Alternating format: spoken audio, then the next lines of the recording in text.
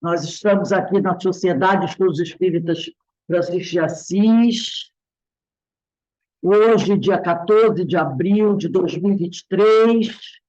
Nesse momento, nós vamos iniciar o estudo da última parábola do livro Parábolas e Ensinos de Jesus de Caibar Schutter.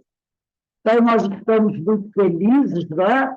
Com certeza, a equipe espiritual que conosco se reúne para estudar essa obra também está muito feliz, porque nós conseguimos fazer esse estudo, né? Buscando conhecer com mais profundidade os ensinos do mestre, e realmente acredito que a casa está em festa, porque hoje a equipe aí se reuniu conosco, a equipe espiritual, para estudar essa obra maravilhosa, que é essa obra de Caibar. Quanta coisa nós aprendemos com as parábolas, estudando as parábolas de Jesus. Então, nós vamos, nesse momento, elevar o nosso pensamento ao alto, elevar o nosso pensamento ao Mestre amado, a Francisco de Assis, aos queridos amigos. Vamos agradecer a Caibar Schutter, esse espírito, esse grande trabalhador da Seara de Jesus, que também ficou conhecido como bandeirante do Espiritismo, né?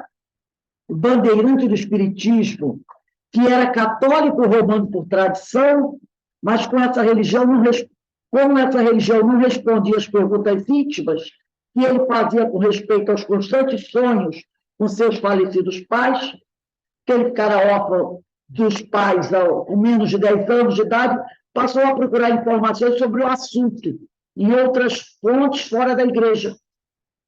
E aí ele entrou em contato, né, com pessoas espíritas, começou a estudar doutrina e se tornou um dos grandes espíritas do Brasil.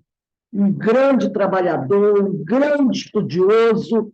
E ele é chamado de bandeirante do Espiritismo porque foi justamente, né, e com esse trabalho dele que começaram a fazer trabalhos nas rádios, né?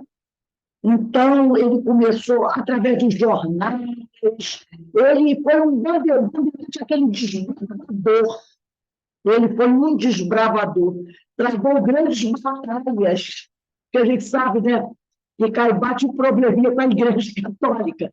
Então, através dos jornais, através da rádio, através de cartas, ele travou grandes batalhas com muitos religiosos na defesa da doutrina e do Evangelho. E, como nós já falamos aqui, né, no dia em que ele desencarnou, ele foi velado no salão da Casa Editora Clarim, e ele fundou com os amigos, e estava todo mundo chorando ali, perto do corpo dele, que estava sendo velado, e aí uma médium se afastou, foi para uma sala separada, e, para surpresa, quem é que estava dando uma mensagem ali era ele. Ele veio, no dia do velório dele, trazer mensagem. Convocar todo mundo ao trabalho, para pedir para ninguém ficar chorando, ninguém ficar triste, porque ele estava vivo e pronto para continuar trabalhando. É um espírito muito bem preparado, né? No próprio dia do enterro, ele já estava da comunicação, chamando a pessoa, vamos trabalhar, não podemos parar. E a Casa Editora Clarim continua lá, né, aberta, publicando obras espíritas, como maravilhosas como essa. Então, nós temos que agradecer muito a Caibar por ele ter nos dado essa oportunidade, vários outros livros que ele tem, né?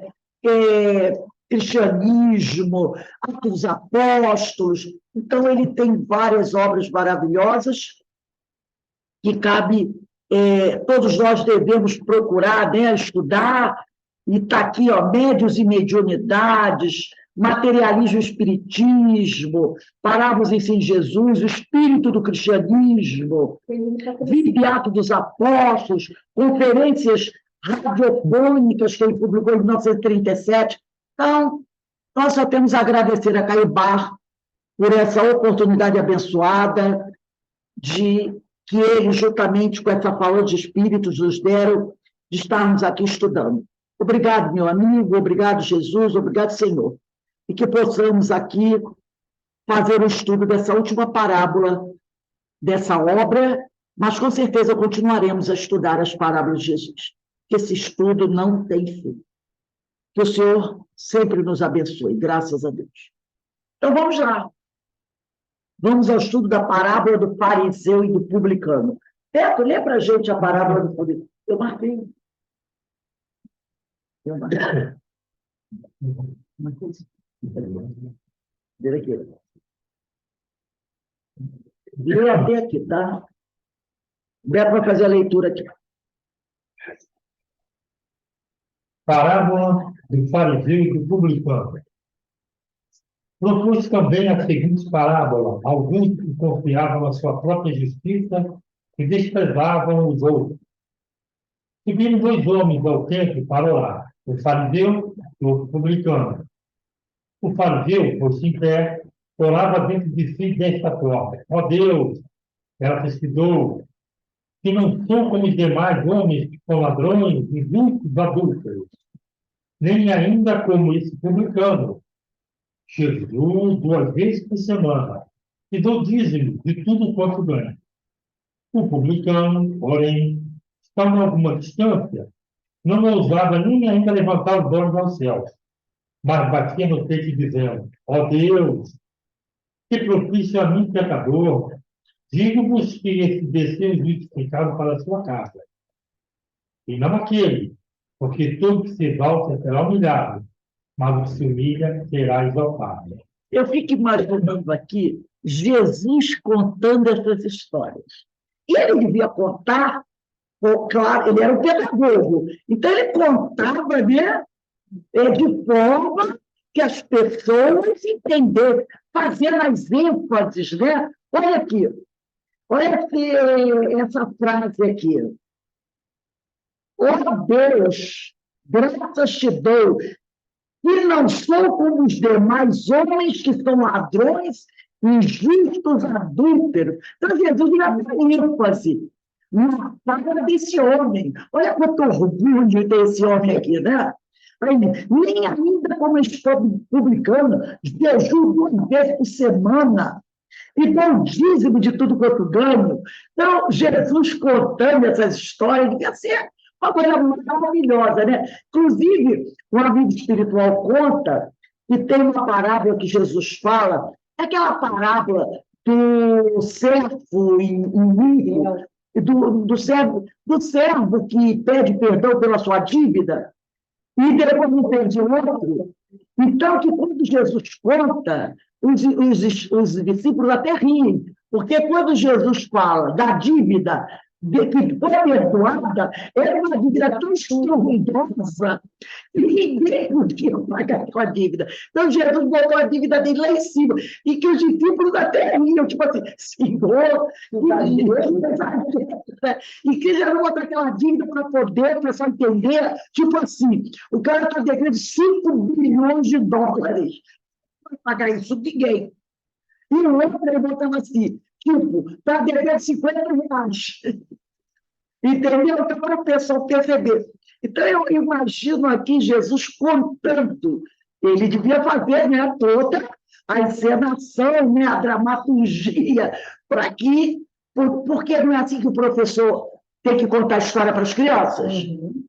Vai o professor contar uma história assim, era uma vez, não sei o que. Não vai. O professor tem que dar o personagem para as crianças ficarem assim, ó. Jesus tinha que fazer o mesmo, porque, afinal de contas, quem estava à frente dele? Crianças espirituais. Então, ele tinha que contar a história para que a história impressionasse aquelas mentes, para que elas nunca mais esquecessem e pudessem contar essas histórias, porque a cultura se passava assim, né? Oralmente. Então, essa história tinha que ter impressionado aquelas pessoas. Tipo assim, eu ouvi isso e nunca mais esqueci essa história. né? Então, eu imagino Jesus contando, né? A vibração, a forma como ele narrava essa história. Então, eu achei muito interessante, me lembrei disso. Aí aqui Caibá diz assim: a seita farisaica era a mais prestigiada no tempo de Jesus, a mais influente, a mais dominadora, a que mais se salientava. Era uma espécie de catolicismo romano. Nem não perdoa, não perdoa, né? Ele não perdoa. Ele vai lá para a comparação. Ainda aqui.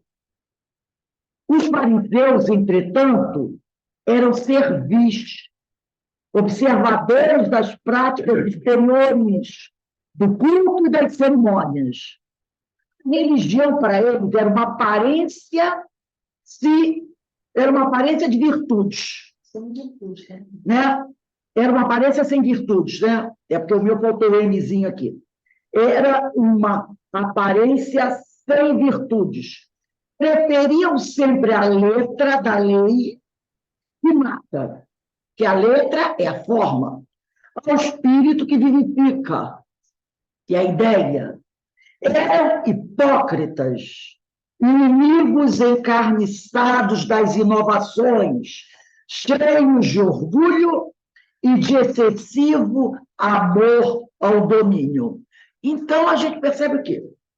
Esses homens estão hoje aqui, encarnados na Terra, ainda trajando, né, o vestuário do religioso.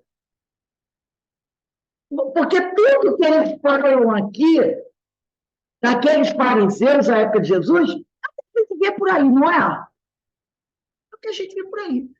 Em todas as religiões, inclusive na doutrina espírita. Inclusive na doutrina espírita. Vou citar um exemplo rapidinho, sem citar nomes, até de fato. Uma vez estava eu na Feira do Livro, e quando caminhando por lá, né, eu vejo um grande estande, vendendo passagens em transatlântico e outras coisas mais. Né? Coisa assim, tudo de... Só o estande já era de 2 andares, era uma coisa suntuosa, né? E era de um companheiro que se dizia espírita, e vendendo passagens de navio transatlântico, é claro, e livros espírita, porque ia fazer seminários, não sei o quê, nos transatlânticos e tudo mais assim. Entendeu? Uma coisa assim que você ficava, nossa, né? Todo esse luxo. E a gente vê, né?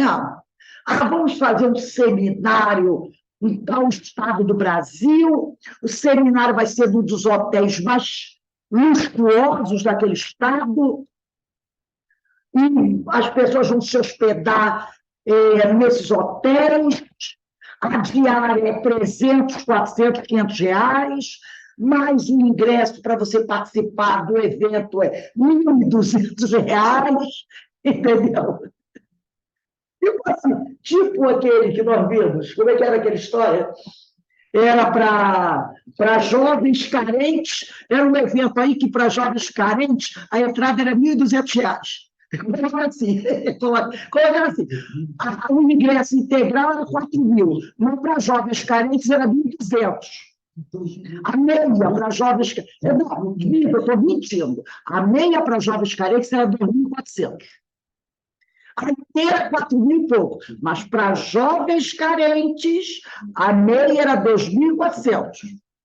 Tá? E nesses eventos também. A diária do hotel é 300 reais. Para você participar do evento, você tem que pagar 1.200 reais. E hotel de luxo, restaurante de luxo, tudo evento espírita. Entendeu? Como é que a situação? Aí o palestrante vai, recebe os que pagam, entendeu? Para fazer a palestra, porque para ganhar um dinheiro desse, e enche assim. O palestrante vem de avião de primeiríssima qualidade. Posso dizer isso porque quando a gente convidava aqui no Rio, era assim, olha, alguns palestrantes. Eu me lembro de um palestrante que nós convidamos, ele vinha de outro estado, ele falou, eu só vou se for avião de primeira classe. E se eu ficar hospedado em hotel na Zona Sul, beira de praia. É. E ainda eu quero ainda que o meu quarto seja um quarto de casal que eu vou levar o meu companheiro. Então, tinha que ser hotel de luxo na Zona Sul, para ele e para o companheiro, que era o namorado, o esposo, o noivo, e só queria, né? Aí, quando eu falei que inicialmente eu não sabia, né? E eu falei assim, tem um companheiro da nossa casa que vai hospedá-lo. Que é costume, né? Não, não, não, não, não. Eu não me hospedo na casa de ninguém. Eu quero hotel. Hotel de luxo. E botou lá. Eu disse, infelizmente não dá. Infelizmente não dá. Entendeu? Ele queria hotel de luxo. E isso é muito comum. Como também a minha querida amiga, queridíssima lá, presidente do Centro Espírito Maria Nazaré, ela falou para mim, eu liguei para um, e ele virou para mim e disse assim, quantas pessoas vão para a palestra, assistem a palestra?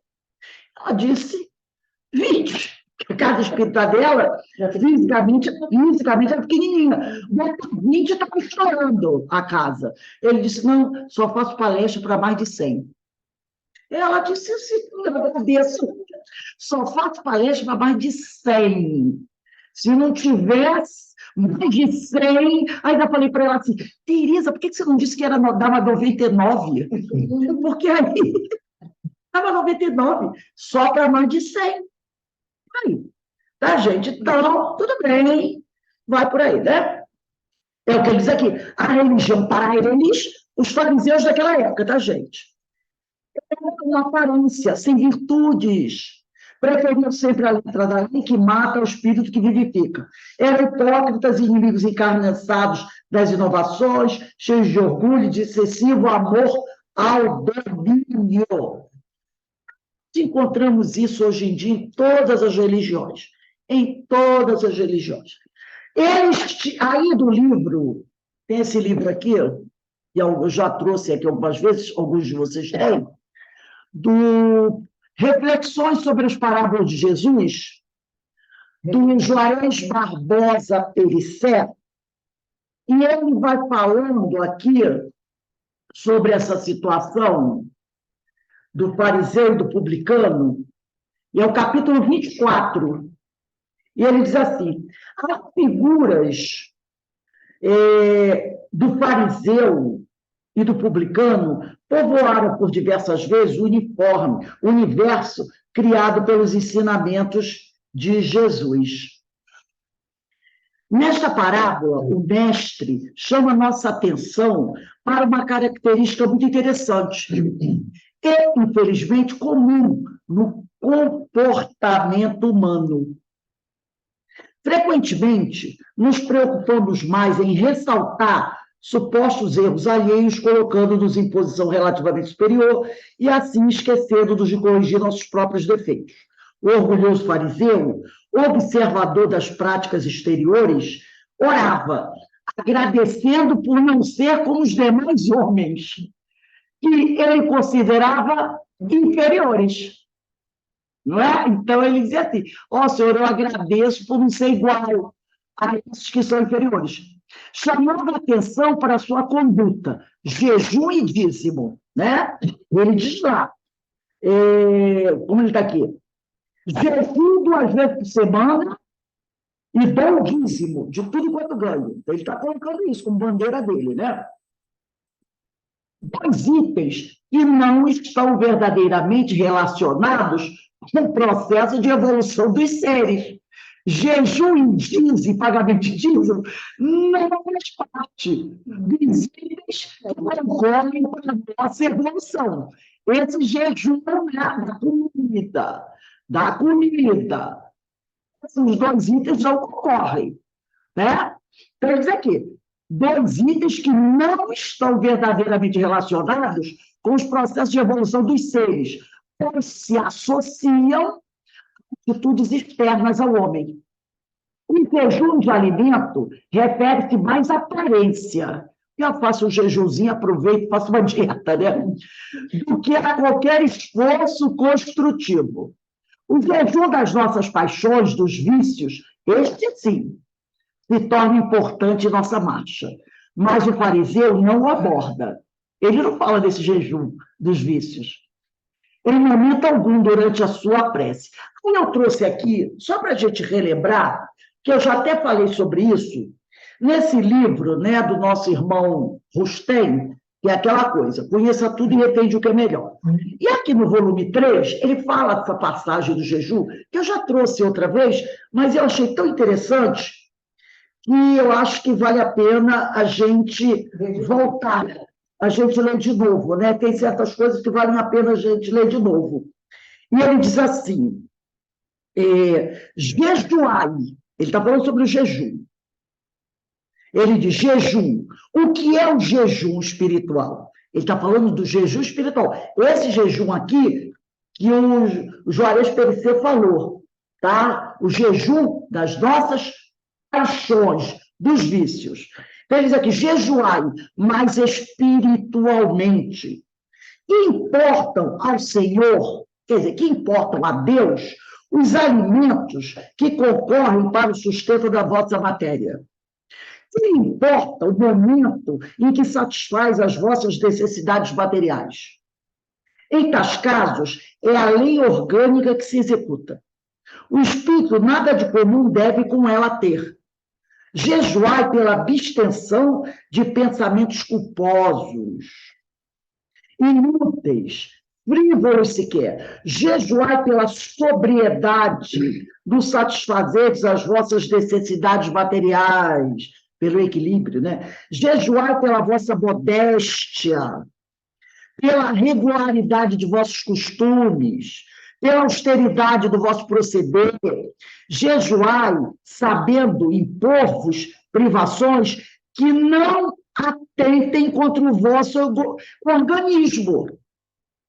Que possam espalhar o bálsamo salutar sobre o organismo dos vossos irmãos. Ah, vou ficar 30 dias sem só pão e água. Vai ficar debilitado. E é o que ele diz aqui. Que você se imponha privações, mas que não atentem contra a tua saúde.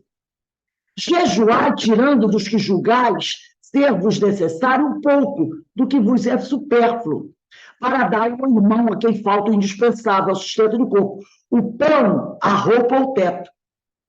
Eis aí, amigos, quais são o jejum e a prece que expelem o mal, que vos tornam surdos, cegos e mudos. Então, é o que ele está falando aqui, né? O Juarez Perissé. O jejum das nossas paixões, este sim, se torna importante em nossa marcha, mas o fariseu não aborda esse tipo de jejum. Ele não falou desse tipo de jejum.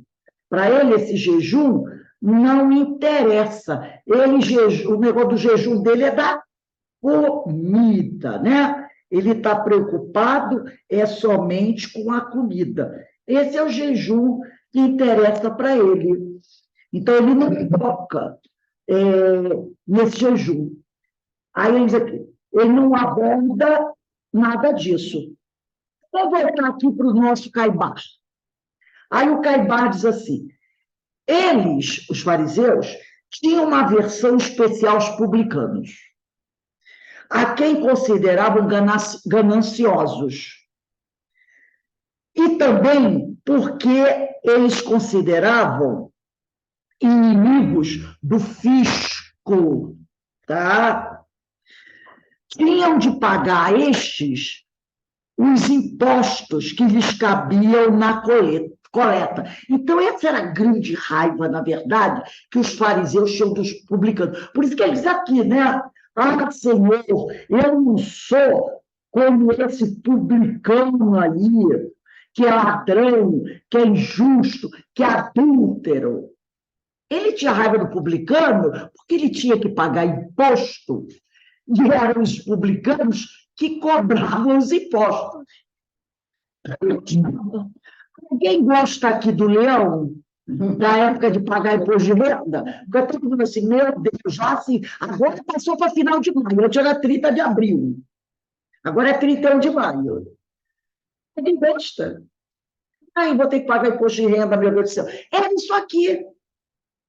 O publicano, na maioria das vezes, ele trabalhava para Roma, a César, que cobrava altos impostos. E os fariseus não gostavam de pagar os impostos. O que eles queriam era eles cobrarem impostos, entendeu? Eu quero aquele detalhe. Eu quero ser califa no lugar do califa. Eles queriam ser os coletores de impostos. Eles cobravam até seus impostos lá também. O templo deles, então, era uma beleza para cobrar imposto, né? Mas eles tinham que pagar Roma, que era o grande dominador, e os publicanos trabalhavam. Mateus foi um publicano, nós sabemos disso, lembra? Era um coletor de impostos. E os coletores de impostos sempre cobravam um pouquinho a mais. Por quê? Para ter uma margem de segurança. Vai que na hora de fazer a contabilidade com Roma, ele tivesse faltando alguma coisa. Como ele cobrava mais, ele pegava esse a mais e colocava lá, não, está aqui, ó, está aqui. Porque senão já viu o que ia acontecer, né? Se ele não apresentasse o imposto correto a Roma, a cabeça ia rolar. Então, ele já tinha sempre assim, uma reserva do que ele cobrava a mais para cobrir uma falta qualquer. E se não faltasse, já que ele guardou a reserva, ele passava essa reserva. Então, eles tinham raiva dos publicanos, tá? Isso era uma coisa que eles não conseguiam, como diz, digerir. De maneira que os publicanos eram para os fariseus homens desprezíveis, da baixa sociedade, e, portanto, cheios de mazelas, ladrões, injustos, adúlteros, não só porque não se curvavam, e aí o publicano também tinha essa questão.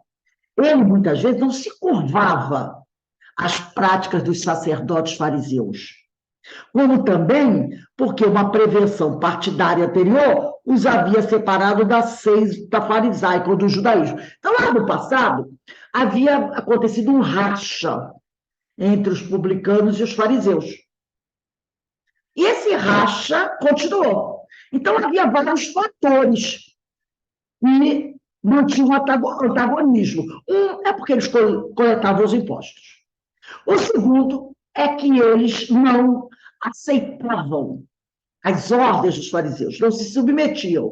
E a terceira era uma rixa histórica lá do passado. Então, era aquela coisa. O publicano também não ia tratar o fariseu bem, não. O publicano também chamava o fariseu de um monte de coisa. Então, quer dizer, eles mantinham esse antagonismo entre eles, tá? Jesus, que muito se ocupou em desmascarar a hipocrisia dos fariseus, julgou acertado propor esta parábola, cujas principais figuras eram um fariseu e um publicano. Jesus já gostava. Né? Jesus, lembra do samaritano, da parábola do samaritano? Que ele coloca lá o fariseu, o levita e o samaritano, que era uma briga brava ali também, né? Entre os judeus, o samaritano, e Jesus coloca ali e bota o samaritano bonzinho e os judeus. Então, Jesus faz uma parábola contando a história de um fariseu e um publicano. Eu vou abrir um texto aqui para a gente, só para a gente mergulhar um pouquinho nesse tema aqui. Acredito que vocês estejam vendo esse texto, né? É do livro Parábolas de Jesus, à luz da doutrina espírita, organizado pelo Rafael Papa, no volume 2.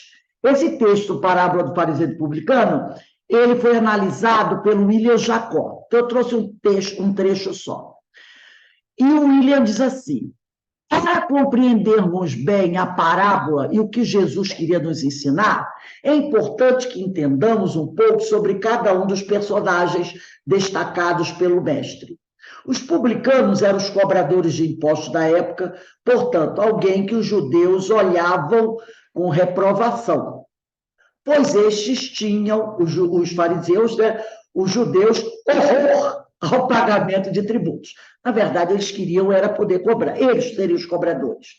Como destacou Allan Kardec na introdução de um Evangelho segundo o Espiritismo. Então, quem quiser ler um pouquinho sobre fariseus e publicanos, vai lá na introdução do Evangelho, que ele vai falando, destacando cada uma, né, daqueles grupos, cada um daqueles grupos. Em relação aos fariseus, Caibar Schutter, no seu livro Parábolas e Ensino de Jesus, afirma: a seita farisaica era, como ele fala aqui, né, no início do nosso livro, era a mais prestigiada no tempo de Jesus, a mais influente, a mais dominadora, a que mais se salientava. Dito isso, fica fácil imaginar como ambos eram vistos pela sociedade da época, fariseus e publicanos. Acontece que Jesus enxerga além das aparências e dos rótulos. Ele consegue acessar a essência do ser. É aquela coisa, né? Quando você olha para uma pessoa e essa pessoa não tem um comportamento muito legal, aí você fala o quê? Ah, porque ele aí... Jesus não. Ele não se concentra na personalidade, né? Ele não se concentra na personalidade. Ele consegue acessar a essência do ser, a individualidade. Tanto que, em vários momentos, com a energia amorosa que possuía, chamava os fariseus de hipócritas, raça de víboras e sepulcros caiados, já que eram falsos moralistas, pois não viviam o que pregavam. Então, eles estavam lá, muitas vezes se apresentavam, né, com aquelas roupas, com aquela seriedade, com as mãos postas assim, e você, que não conhecia, dizia assim: que santo homem, pela aparência.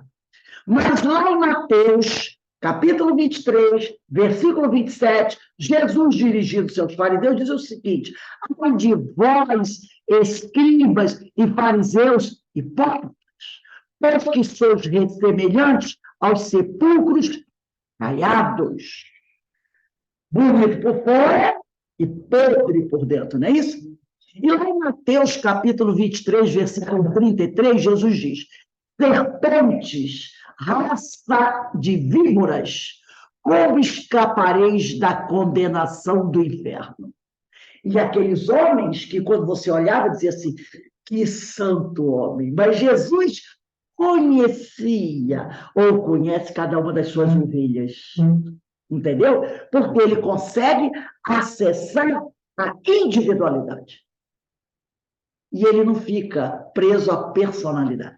E aí, continuando, e o mesmo Nazareno foi capaz de se oferecer para se hospedar na casa do publicano Zaqueu, causando certo desconforto, mesmo entre seus discípulos. Lá em Lucas, capítulo 19, versículo 5. Quando Jesus chegou àquele lugar, olhou para cima e lhe disse: Zaqueu, desça depressa, quero ficar em sua casa hoje. Por quê? Novamente, todo mundo olhava e dizia: Zaqueu é ladrão, é corrupto. Jesus olhou e disse assim: é na sua casa que eu vou ficar hoje.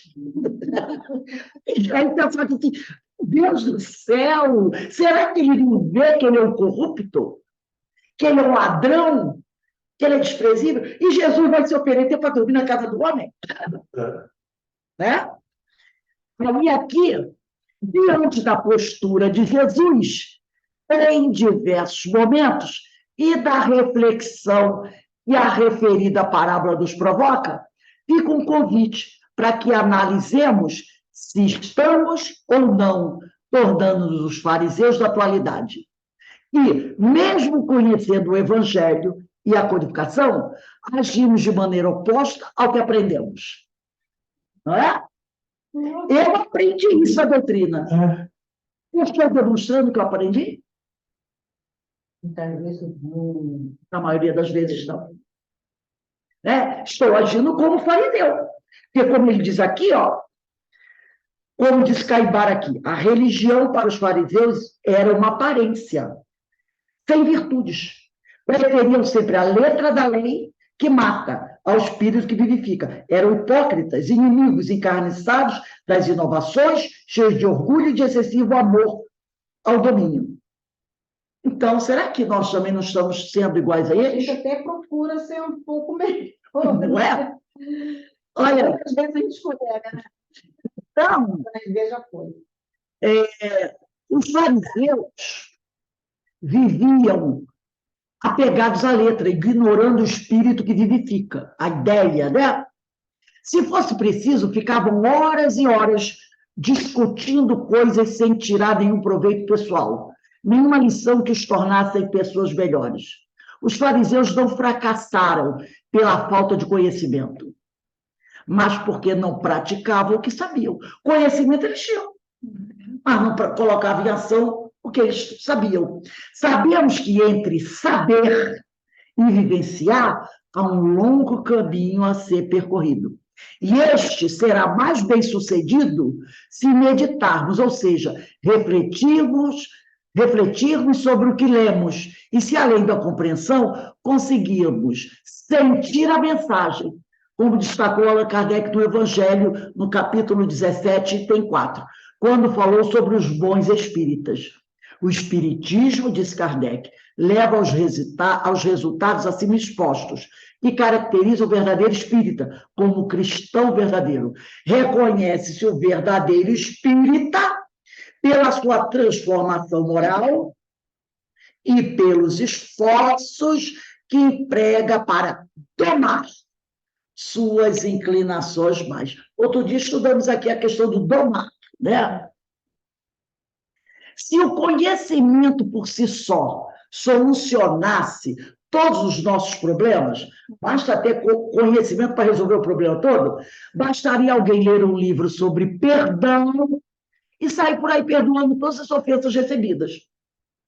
Ou um indivíduo que necessitasse perder peso poderia alcançar seu objetivo apenas lendo e decorando uma dieta escrita pela mais notável nutricionista.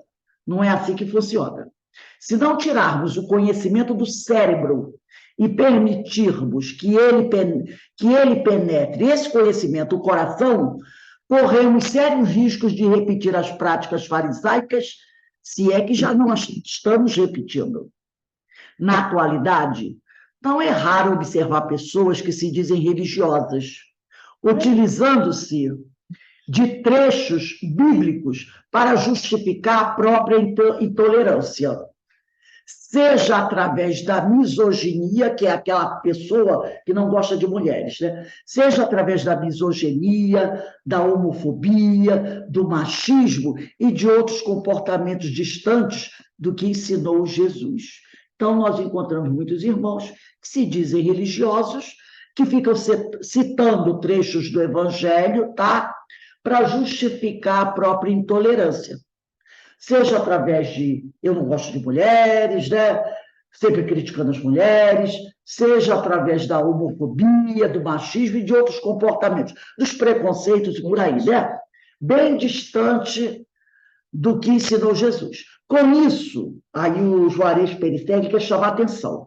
Não queremos dizer que o conhecimento seja desnecessário, mas não podemos nos contentar apenas em saber, em acumular conhecimento. É preciso ir além, desenvolver a empatia e a compaixão. Sentimentos essencialmente cristãos. E uma das formas de fazer isso é sair do próprio mundo, entender o mundo alheio e se imaginar fazendo parte dele, do mundo do outro, tentando sentir o que o outro sente, né? Eu achei esse texto maravilhoso, né? Vamos voltar aqui para o nosso Caibar?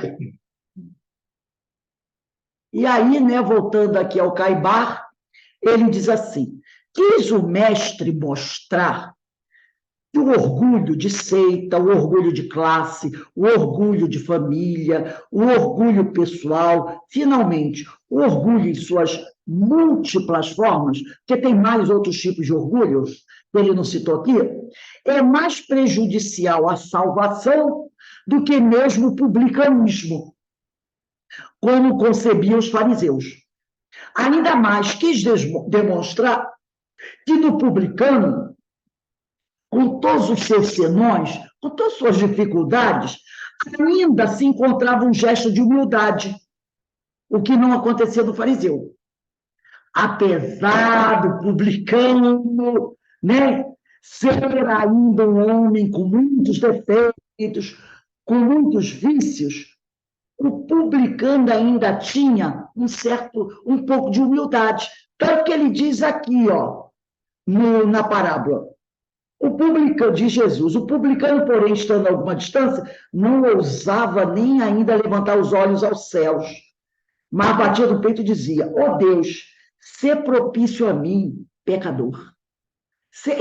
Senhor, seja generoso para mim, eu sou pecador. Digo-vos que aí Jesus disse assim, digo-vos que o publicano, desceu justificado para sua casa. E não aquele, porque todo o que se exalta será humilhado, mas o que se humilha será exaltado. Então, o publicano tinha problemas? Tinha. Muitos pecados, muitos defeitos, mas ele reconhecia que tinha. E ele desceu justificado. De Jerusalém para Jericó. Entendeu? Ele sabia que tinha.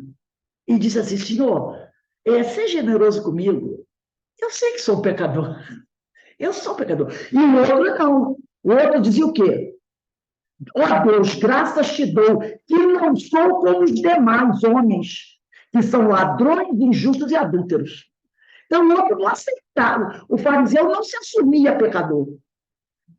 Entendeu? Ele dizia,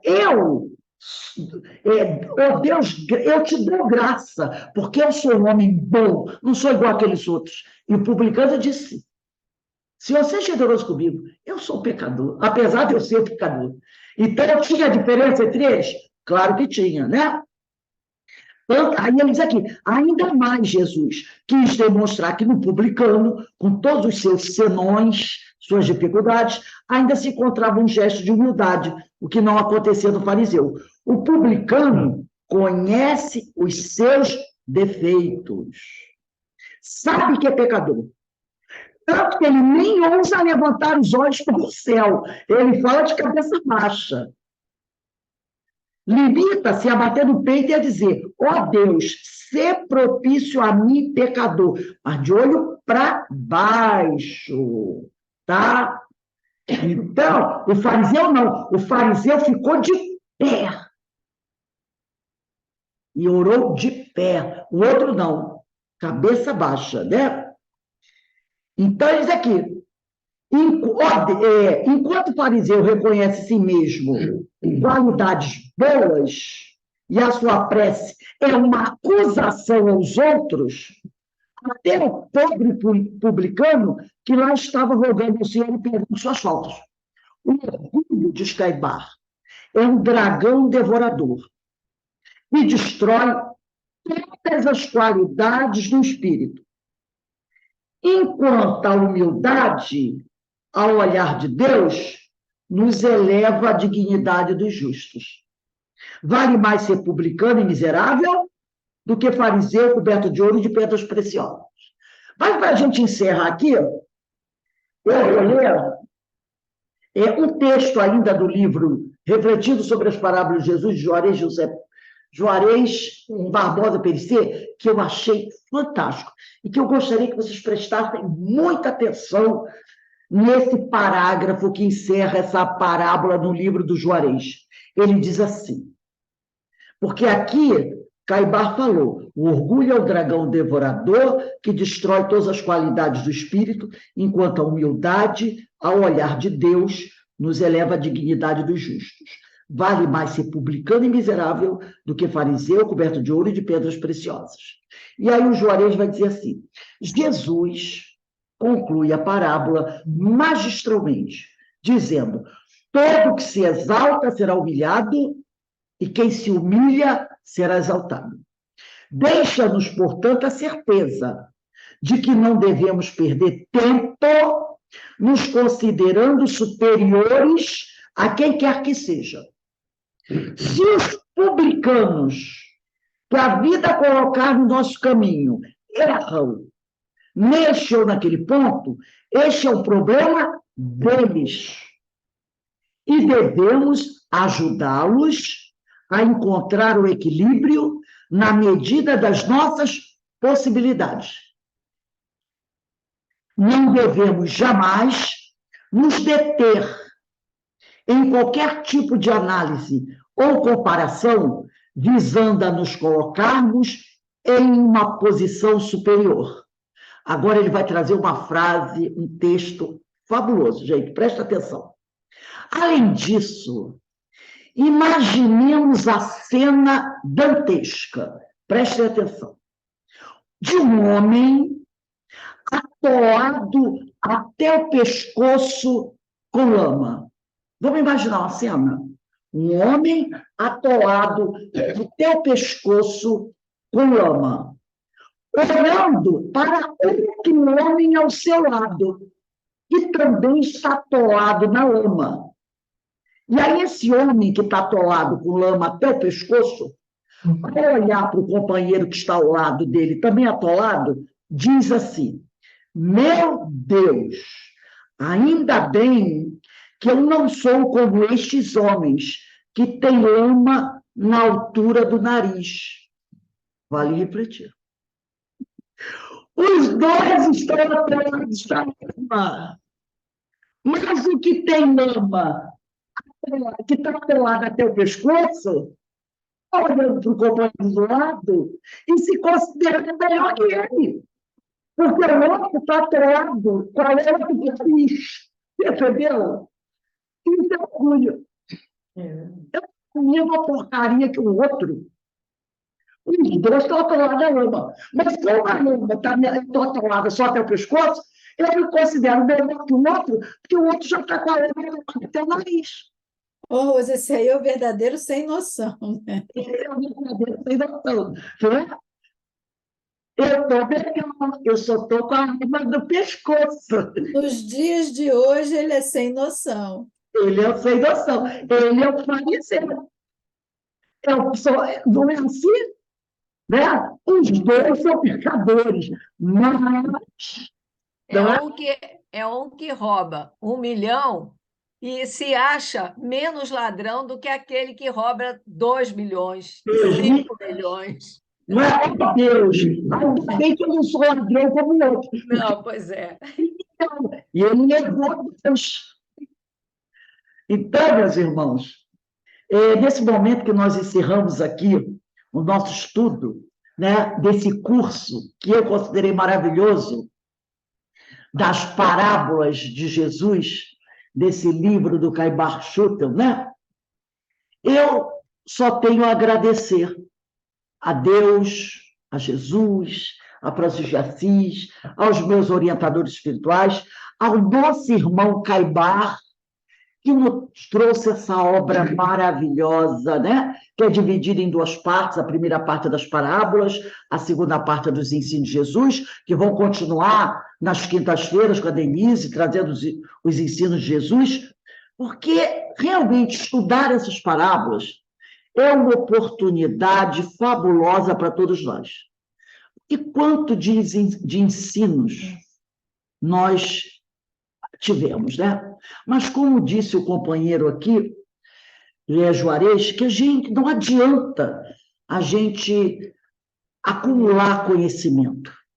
É preciso colocar esses conhecimentos em ação, para que realmente eles rendam frutos. E nós sabemos que foi justamente nas parábolas que Jesus colocou os seus mais profundos ensinamentos. Porque ele sabia que o seu ensino seria muito desvirtuado, como nós sabemos que foi. Mas as parábolas passaram quase que incólumes. Muita gente olhava, a historinha aqui, tem uma historinha aqui da parábola do semeador, parábola da rede, da ovelha perdida. Essa história é para criança. Ninguém mergulhou. E elas passaram ao longo do tempo. E hoje, com o advento do Consolador, porque Jesus disse, né? Eu vos enviarei o Consolador que irá vos ensinar tudo aquilo que eu não pude dizer. Nós podemos hoje abrir o cofre para encontrar o tesouro que estão guardados dentro dessas parábolas. E Caibar nos ajudou com isso. Né? Ele nos ajudou, nos dando a chave, para que nós possamos mergulhar e recolhendo esse tesouro.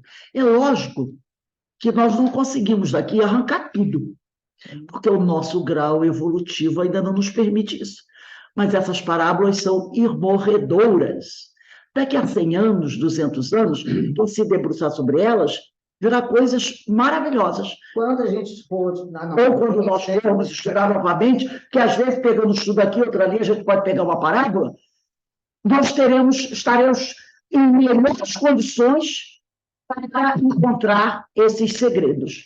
Então, eu só tenho que agradecer muito a Deus, a espiritualidade, a Caibar, que nos proporcionou essa oportunidade, porque nós começamos o estudo dessas parábolas no dia 28 de maio de 2021. E hoje, quase, né, 2 anos depois, nós encerramos os estudos das parábolas.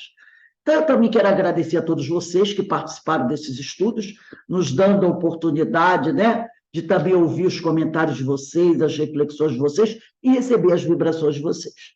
Então, realmente, eu só tenho a agradecer, eu não tenho mais agradecer a todos por ter concluído esse trabalho, e a partir de semana que vem, esse espaço será ocupado pelo nosso trabalho, porque estaremos começando a trabalhar para futuramente formar nossas mesas mediúnicas, né? Então, continuaremos às 4 horas com o estudo da obsessão e desobsessão, mas depois nós fecharemos para começarmos a fazer trabalho, né, para que a gente possa entrar em contato com a espiritualidade e receber deles as informações, né, a troca de energias, será maravilhoso. Então, meus irmãos, encerrando aqui o nosso estudo, eu vou pedir para o nosso irmão Alberto fazer a nossa prece de agradecimento. Alberto, por favor.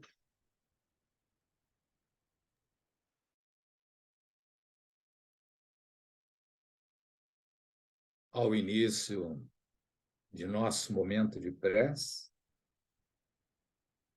após esses ciclos de estudos, estamos agradecidos, Senhor, por vosso infinito amor, que nos enviaste Jesus para nos guiar e nos instruir. Jesus, o Evangelho vivo de Deus, que veio nos abrir a porta do conhecimento necessário para todos nós. Estávamos na ignorância, no desconhecimento, e que hoje, com a possibilidade do advento da doutrina espírita, temos a chave da interpretação mais aprimorada para podermos tirar os ensinamentos necessários que nos possibilitarão o nosso aprimoramento moral, o nosso aperfeiçoamento íntimo, a nossa renovação. Agradecidos, Mestre, por sua renúncia em prol de toda a humanidade. Os seus ensinamentos que passaram pelos tempos e são tão atuais. E parece que foi ontem que vós trouxe para a humanidade essas parábolas. Vós, conhecedor da alma humana, trouxe tudo aquilo que sabe que é necessário para o nosso progresso. Obrigado, Mestre. Obrigado, Senhor, por todas essas oportunidades que nos oferecem e que, com nosso esforço, com nossa vontade firme e intenção elevada, possamos buscar um caminho de edificação do reino de Deus em nosso íntimo e possamos verdadeiramente viver em irmandade, em fraternidade, para que, unidos em um só pensamento, em um só sentimento, possamos seguir o ideal do caminho para Deus. Agradecidos a toda a espiritualidade, aos companheiros que contribuíram para os nossos conhecimentos, que trouxeram também as suas experiências, que enriqueceram esse estudo. Portanto, que possamos caminhar como uma família, como ovelhas do Cristo, e que todos nós saiamos desta jornada vitoriosos, para que possamos, em patamares superiores, galgar encontros seletos de luz. Obrigado, Pai. Obrigado, Jesus. Obrigado a toda a espiritualidade. Obrigado a Francisco de Assis, que nos acolhe nesses estudos, que nos inspiram, e que estejamos com Cristo em nossos corações, com o Pai em nossos corações, hoje, agora e sempre. Graças a Deus. Bem, meus irmãos, nós vamos encerrando aqui. Daqui a pouco começa a nossa irradiação para os enfermos físicos. Beijão no coração de todos, tá bom? Tchau, boa noite. Amanhã retornamos às 16h15 para o estudo da Paula de Flores, hein? Moraes. Fala, amiga. Eu posso colocar o nome para essa irradiação, em que telefone? Eu já esqueci. Posso mandar para o teu pessoal? Eu mudo agora no meu zap, depois eu mudo o telefone do zap que é adequado. Tá Bom? bom, tá. Beijão, gente. Tchau. Tchau. Fiquem em paz, que o Senhor nos abençoe. Boa noite, gente. Obrigada aí pela companhia. Obrigada, obrigada.